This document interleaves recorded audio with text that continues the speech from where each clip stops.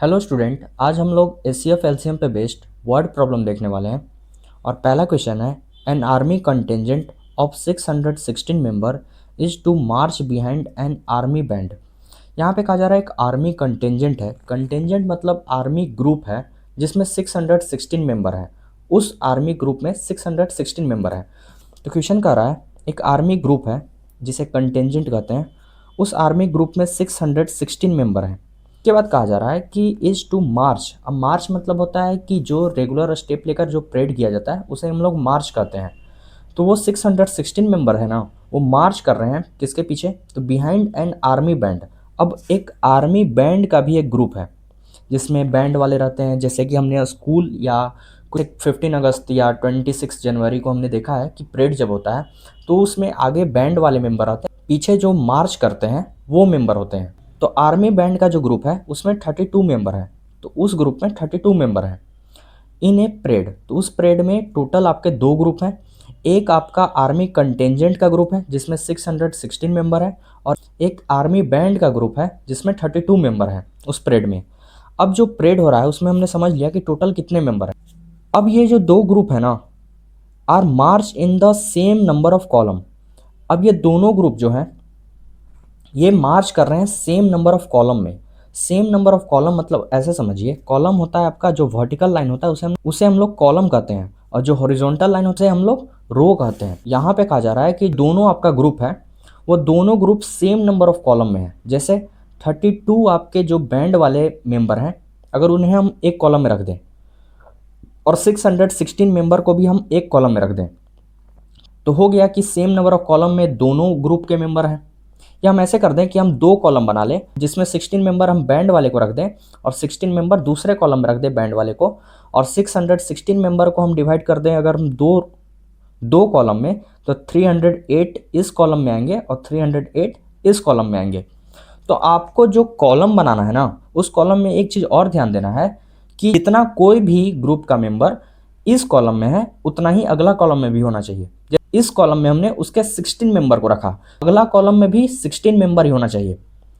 जैसे ये मेरा कंटेंजेंट ग्रुप के मेंबर थे 616, तो हमने दो कॉलम बनाया है, तो अगर पहला कॉलम में हम 308 मेंबर को रख रहे हैं तो 308 मेंबर अगले कॉलम में भी आने चाहिए। अगर हम ऐसे करें कि हम चार कॉलम बना लेते हैं, ठीक है, हम चार कॉलम में रखना चाहेंगे, तो चार कॉलम में रखेंगे तो इसमें आपके 8 मेंबर आ गए, इस बैंड वाले के 8 मेंबर आ गए, और बैंड वाले के इसमें भी 8, इसमें भी 8। तो हर एक कॉलम में इक्वल नंबर ऑफ मेंबर हैं इस ग्रुप के। अब इस ग्रुप को देखें कंटेंजेंट ग्रुप, तो इसका 616 मेंबर हैं। तो अगर चार ग्रुप में इसको रखेंगे हम, तो 616 को अगर हम 4 से डिवाइड कर दें तो 1 बार में आपका 4, यहाँ जाएगा 2, 20, 21 हो जाएगा, तो 21 20 से हम डिवाइड कर देंगे, और फिर 1 इधर जाएगा तो 16, मतलब 154 मेंबर हर एक आपके कॉलम में आ जाएंगे कंटेंजेंट ग्रुप के। तो आपको एक चीज़ ध्यान रखना है कि जो भी हम कॉलम बना रहे हैं, इस ग्रुप के मेंबर जितने आएंगे इस कॉलम में, बाकी कॉलम में भी वही नंबर के मेंबर जाएंगे। जैसे कि यहाँ पे हमने 8 रखा तो अगला कॉलम में भी 8, फिर 8, फिर 8। और अगर जितने भी कंटेंजेंट ग्रुप के मेंबर पहले कॉलम में हैं, अगले कॉलम में भी उतना ही मेंबर आएंगे। हमने यहाँ पर समझ लिया कि कॉलम में हमको किस तरह से रखना है मेंबर को। आगे हमें रखना है बैंड वाले मेंबर को, और फिर उसके पीछे मार्च करेंगे कंटेंजेंट ग्रुप के मेंबर। अब यहाँ पर हमें ये समझना है कि हम तो दो कॉलम बनाकर भी इन्हें हम रख सकते हैं। मेरा कंडीशन सेटिस्फाई हो जा रहा है कि हमने दो कॉलम बनाया जिसमें सेम नंबर के बैंड वाले मेंबर भी आ गए और सेम नंबर के हमारे कंटेंजेंट ग्रुप के भी मेंबर आ गए। चार कॉलम बनाया तो उसमें भी हमने कंडीशन को सेटिस्फाई करा दिया, हमारे बैंड वाले मेंबर भी इक्वल नंबर में हैं और हमारे कंटेंजेंट वाले मेंबर भी इक्वल नंबर में हैं हर एक कॉलम में। पर ये आंसर सही होगा कि ये आंसर सही होगा, मतलब कि दो कॉलम मेरा आंसर सही होगा कि 4 कॉलम होगा वो मेरा आंसर सही होगा, या और भी कॉलम बना के हम इस कंडीशन को सेटिस्फाई करा सकते हैं। तो उसके लिए एक लाइन और लिख दिया गया है क्वेश्चन में। अगर हम क्वेश्चन देखें तो यहाँ पर आगे कहा जा रहा है what is the maximum number of column in which they can march. तो आपसे पूछा जा रहा है कि मैक्सिमम नंबर ऑफ कॉलम। तो हमने 2 कॉलम बनाकर भी कंडीशन सेटिस्फाई कराया था, हम यहाँ पर 4 कॉलम बनाकर भी कंडीशन सेटिस्फाई कराए थे, या हम और भी कॉलम बनाकर इस कंडीशन को सेटिस्फाई करा सकते हैं। तो आपको पता करना है वो मैक्सिमम नंबर ऑफ कॉलम। अब ज़्यादा से ज़्यादा कॉलम हम कैसे बना पाएंगे, तो हम तो हम यहाँ पर एक पैटर्न देख रहे हैं कि जैसे हम कॉलम का संख्या बढ़ा रहे हैं वैसे ही जितने भी ग्रुप के मेंबर आ रहे थे एक कॉलम में उनका नंबर कम हो जा रहा है। जैसे कि हम 2 कॉलम बनाए तो इस ग्रुप के मेंबर जो थे एक कॉलम में आए 16 और यहाँ पर 16। जैसे हमने 4 कॉलम बना दिया तो इस ग्रुप के मेंबर सिर्फ 8 आ रहे हैं। ऐसे देखें तो कंटेंजेंट ग्रुप के मेंबर जैसे यहाँ पर 308 आए, पर यहाँ पर जैसे हमने 4 कॉलम कर दिया तो अब कंटेंजेंट ग्रुप के मेंबर 154 ही आ रहे हैं हर एक कॉलम में। तो यहाँ से हमने एक पैटर्न नोटिस किया कि जितना हम कॉलम का नंबर बढ़ाते जाएंगे उतना ही कंटेंजेंट ग्रुप के मेंबर या बैंड ग्रुप के मेंबर कम होते जाएंगे हर एक कॉलम में। तो अगर हम यहाँ सोचें कि कम से कम हम कितना कम कर सकते हैं, माने कि हर एक कॉलम में हम कम से कम कितना बैंड के मेंबर या कंटेंजेंट ग्रुप के मेंबर रख सकते हैं, तो यहाँ पर मेरे पास हम 32 कॉलम बना दें तो हर एक कॉलम में एक एक बैंड का मेंबर आ जाएगा। तो मैक्सिमम नंबर ऑफ कॉलम हम सोचे कि अगर एक भी अगर हम बैंड के ग्रुप के मेंबर रख देंगे तो मैक्सिमम 32 कॉलम तो बन ही सकता है। पर यहाँ पर हम सोचे 32 कॉलम बनने पर ये कंटेंजेंट ग्रुप के मेंबर आ जाएंगे कि नहीं आ जाएंगे। तो अगर हम इसे 32 से डिवाइड कर दें, 616 को अगर हम 32 से डिवाइड कर दें तो यहाँ पर 2 बार में तो ये ज़्यादा हो जाएगा, तो एक बार ही लगाएंगे तो 32 हो गया। यहाँ से अगर हम सब्ट्रैक्ट करें तो ये हो जाएगा 11 में से 2 जाएगा तो 9, और यहाँ से 5 बचा तो 5 में से 3 2, और ये बन गया आपका 296। अब 32 के टेबल में 296 देखें तो अगर हम देखें 8 बार लगाकर तो 16 और 24 और 1 25, तो यहाँ पर 8 बार में 256, ये 0 यहाँ पे 4, तो ये डिवाइड नहीं हो पाया। तो इसे हमें पता चल गया कि मैक्सिमम हमने सोचा कि 32 कॉलम बना सकते हैं हम, पर 32 कॉलम में बैंड वाले मेंबर तो आ जाएंगे इक्वल नंबर में, पर कंटेंजेंट ग्रुप के मेंबर इक्वल नंबर में नहीं आ पाएंगे। तो हम अब किस तरह से वो maximum number of column find करें, अब आपको ये सीखना है। आपने क्वेश्चन को समझ लिया होगा कह क्या रहा है, अब आपको आंसर फाइंड करना है। तो आंसर फाइंड करने के लिए आपके पास यहाँ पर 2 रास्ता होता है, एक एचसीएफ का, एक एलसीएम का। जो भी आपके पास गिवन डेटा दिया गया है या तो उसका आप एचसीएफ निकालेंगे या तो उसका आप एलसीएम निकालेंगे। अब एचसीएफ से चलना है कि एलसीएम चलना है, आपको हम एक तरीका बताते हैं। जब भी आपको जो भी आपका गिवन डेटा दिया गया है, जैसे कि मेरा गिवन डेटा है 616 और 32, आपको क्वेश्चन देखकर यह समझना है कि मेरा जो आंसर आएगा वो गिवन डेटा से छोटा आएगा या बड़ा आएगा।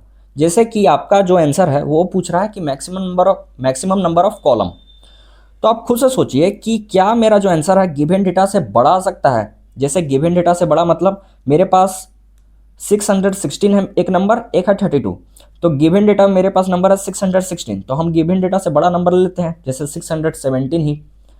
तो आपको लग रहा है कि 617 कॉलम बना देंगे तो ये कंडीशन सेटिस्फाई हो जाएगा। अगर हम 617 कॉलम बना दिए तो फिर जो बैंड वाले मेंबर हैं वो तो मैक्सिमम 32 ही कॉलम में आ सकते हैं। तो अगर हम 617 कॉलम बना दिए तो फिर हम किस तरह से ये 32 मेंबर को रखेंगे कि हर एक कॉलम में आपका सेम नंबर के बैंड वाले मेंबर हों। जैसे कि हमने 4 कॉलम बनाया तो उसमें जिसमें हमने 8 हर एक कॉलम में बैंड के मेंबर को रख दिया, लेकिन अगर हम 617 कॉलम बना दिए तो 32 मेंबर को हम नहीं रख पाएंगे। तो हमें यहां से पता चल गया कि मेरा जो आंसर है गिवन डेटा से बड़ा नहीं हो सकता। अगर बड़ा नहीं हो सकता तो फिर छोटा हो सकता है। तो अगर आपको लगेगा कि आपका आंसर जो है गिवन डेटा से छोटा आएगा तो उसमें आप एचसीएफ को लगाइएगा। अगर आपको लगेगा गिवन डेटा से मेरा आंसर बड़ा आने वाला है तो उस टाइम आपको एलसीएम लगाना है। अब ऐसा क्यों होता है तो उसके बारे में देखिए। जैसे कि अगर हम देखें यहाँ पर एचसीएफ, तो एचसीएफ में लास्ट में आपको दिख रहा होगा फैक्टर, हाईएस्ट कॉमन फैक्टर। तो फैक्टर के बारे में हमने एक बात बताया था, कोई भी नंबर का अगर हम फैक्टर निकालें, जैसे हम 32 का फैक्टर निकालें तो 32 का फैक्टर निकालें, फैक्टर मतलब होता है कौन कौन नंबर इसको कंप्लीटली डिवाइड कर देंगे। तो 1 से तो डिवाइड होगा ही कंप्लीटली, तो 32 से भी डिवाइड होगा या कंप्लीटली। उसके बाद देखें 2 से डिवाइड होगा कितने बार में, 16 बार में। फिर उसके बाद 3 से डिवाइड नहीं होगा, 4 से डिवाइड होगा, 4 से डिवाइड होगा 8 बार में, और 8 से भी डिवाइड होगा 4 बार में। यही इसके फैक्टर हो गए। तो फैक्टर पे आप एक चीज़ नोटिस कीजिए कि जो भी मेरा इस नंबर का फैक्टर बना वो या तो इसके इक्वल हुआ, जैसे 32 नंबर का हमने फैक्टर निकाला तो उसका फैक्टर 32 तक ही गया, या उससे छोटा निकला। मतलब जब भी हम देखते हैं किसी भी नंबर का फैक्टर तो वो या तो उसके इक्वल होता है या उससे छोटा होता है। तो तो हमने आपको बताया कि जब भी आपको लगेगा कि मेरा आंसर गिवन डेटा से छोटा आ रहा है तो आपको एचसीएफ लगाना है, क्योंकि एचसीएफ में आता है फैक्टर, और किसी भी गिवन नंबर का अगर हम फैक्टर निकालें या तो उसके इक्वल आएगा या उससे छोटा आएगा। वहीं अगर हम मल्टीपल देखें तो किसी भी नंबर का अगर हम मल्टीपल देखें, जैसे कि मल्टीपल मतलब टेबल, तो अगर हम 6 का मल्टीपल देखें तो 6 आएगा, 12 आएगा, 18 आएगा, 24 आएगा, और ये चलता जाएगा ऐसे। तो किसी भी गिवन नंबर का अगर हम मल्टीपल देखें तो या तो उसके इक्वल आएगा या उससे बड़ा आएगा।